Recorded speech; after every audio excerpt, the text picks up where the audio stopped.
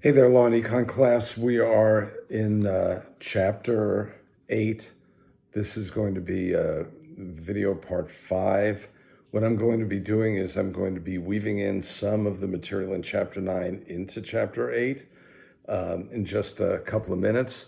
And I think this and one more video will get us through the chapter, and then we can start on torts. In terms of the reading for chapter 9, just sync it with what I'm talking about here.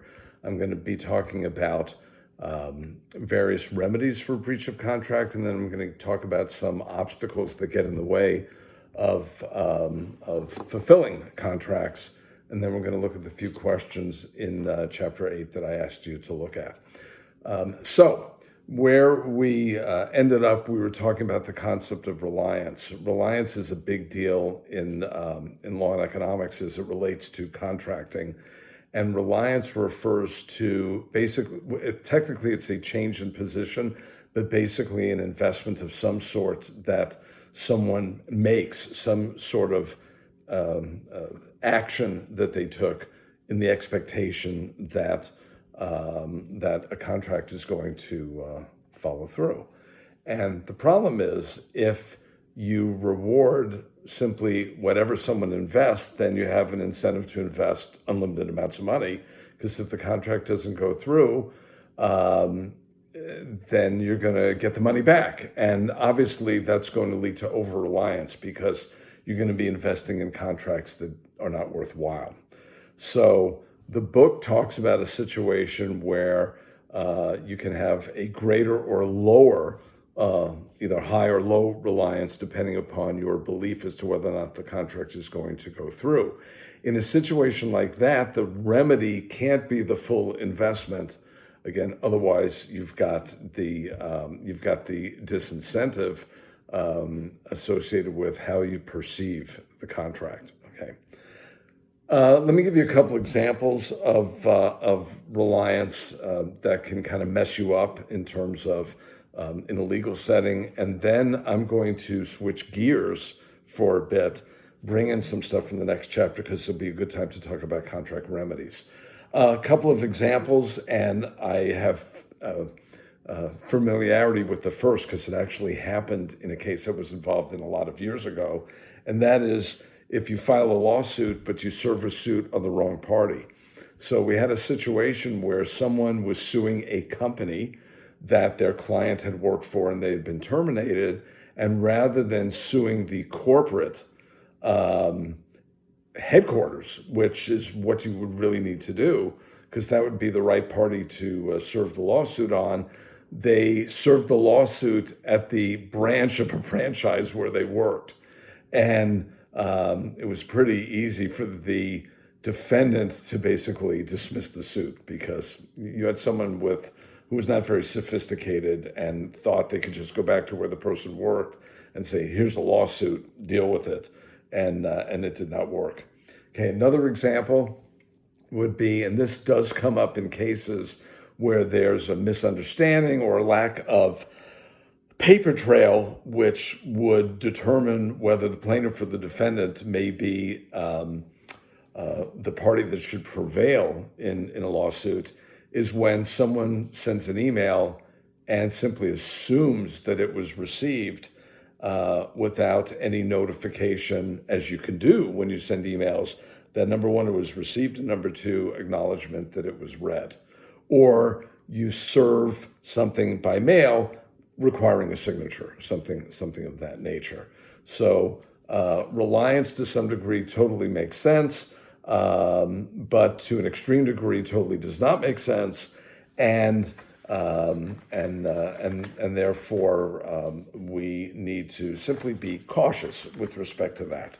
Okay, so what I've done here is I'm going to pull up a sheet that I wrote that gives us a range and an idea of what kind of remedies are available in the event of a breach of contract.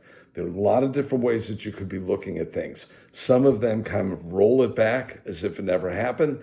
Some of them require that it happen, that the contract be fulfilled. Some of them take into account what may have happened if the contract actually was undertaken. And so there's a lot of different perspectives, and particularly since there's almost always going to be some sort of expectation or speculative nature associated with returns in the future, but you can never use that word because speculative damages cannot be awarded. But recognizing that there's going to be a probability less than 100% that something that you anticipate is actually going to come to fruition, you can kind of see why there's different ways that we can approach the issue. So I've made this list of contract remedies, and let me go ahead and talk about them a bit. The first one we have talked about already, that is the reliance loss, and that would be the costs that were incurred under the expectation that the contract was going to go forward. So what it's doing is it's putting the promisee, the one to whom the promise was made, in the position they were before this contract ever was contemplated.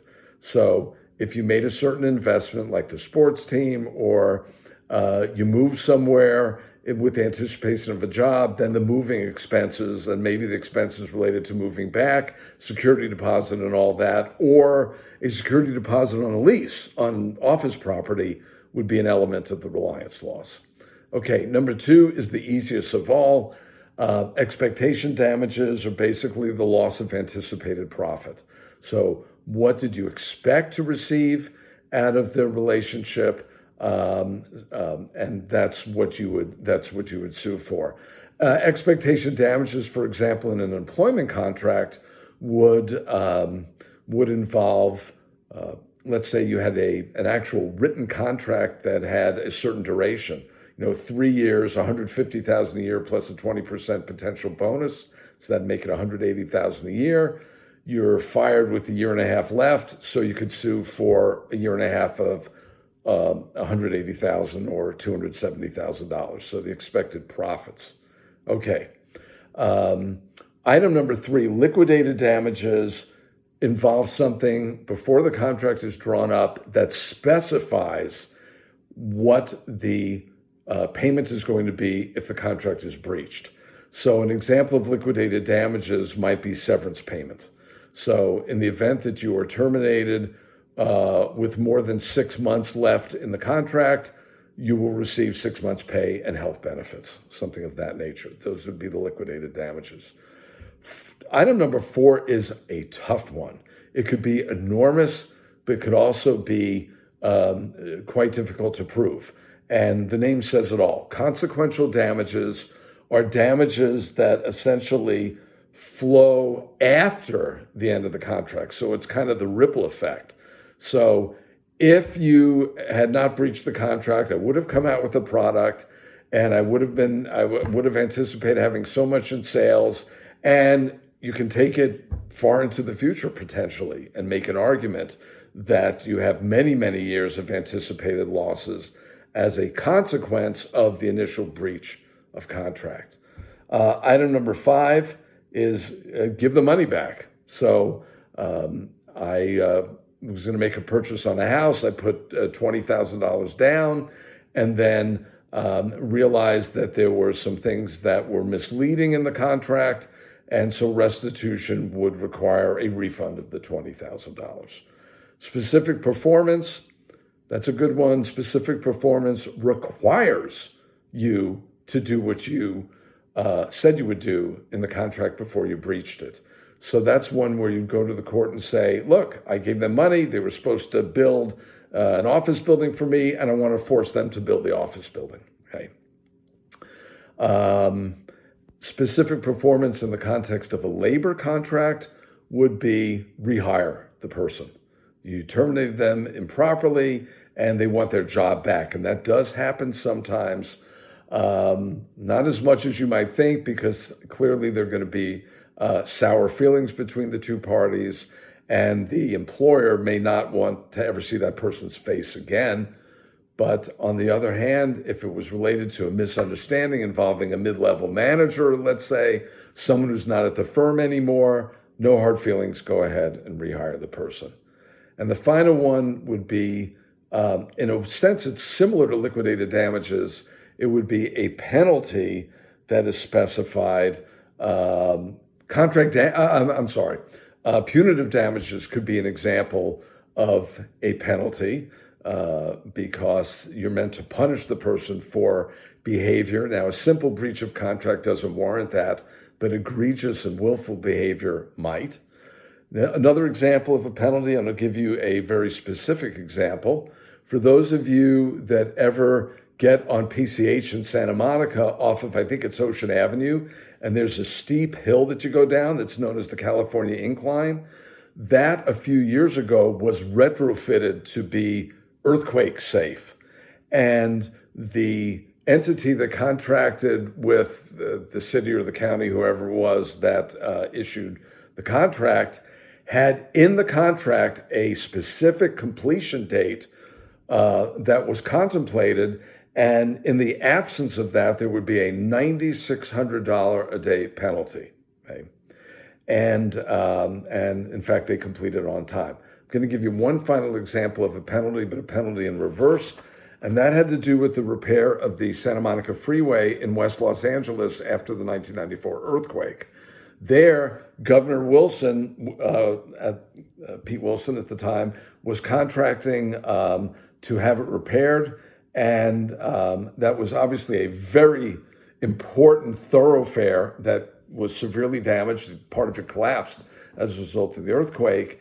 And Wilson in the contract offered a bonus if the project could be completed ahead of time. And the contractor worked 24 hours a day and they earned a bonus. Okay, we'll pick up with a few more things and then the questions at the end of chapter 8.